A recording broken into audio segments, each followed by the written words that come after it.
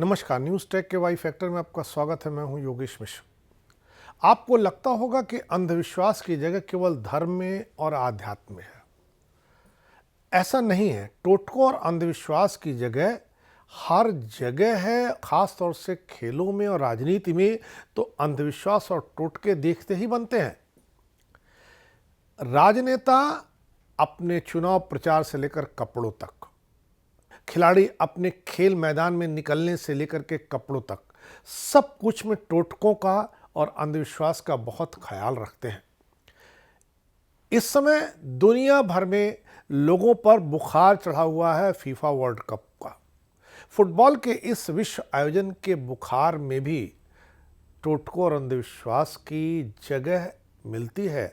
इन दिनों सऊदी अरब के coach Harvey Reginald टोटकों और अंधविश्वास के लिए पूरी दुनिया में बहुत चर्चित है। रेनाल्ड का मानना है कि मैच के दौरान जब वो सफ़ेद शर्ट पहनते हैं और उसके ऊपर की बटन खुली रहती है तो उनके टीम की किस्मत खुल जाती है।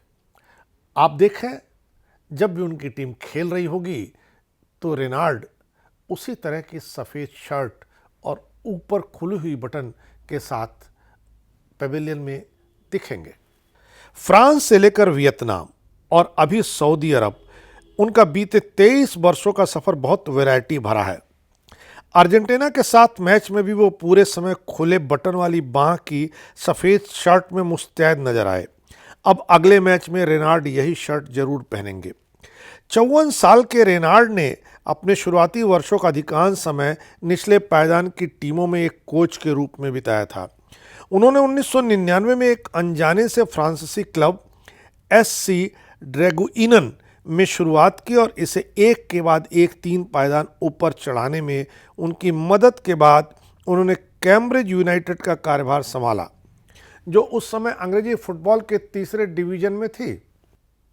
यहाँ से वियतनाम में नामदीन टीम का कोच करने पहुँच गए।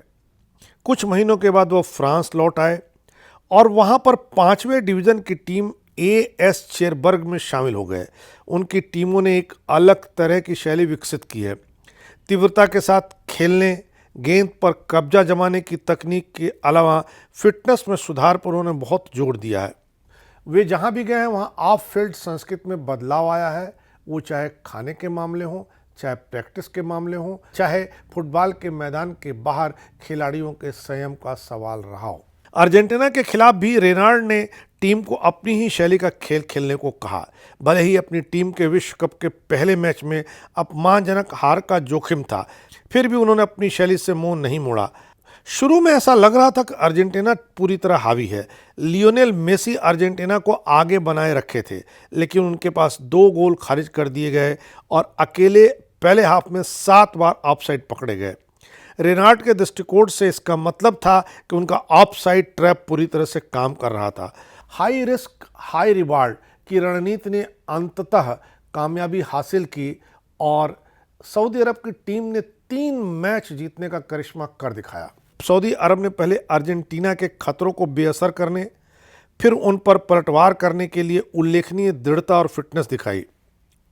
हीरो रहे सऊदी अरब के सलीम अल दवासारी, जो 2015 में एक रेफरी से टकरा गए थे, जिसके नाते उन्हें रेड कार्ड दिखाया गया था।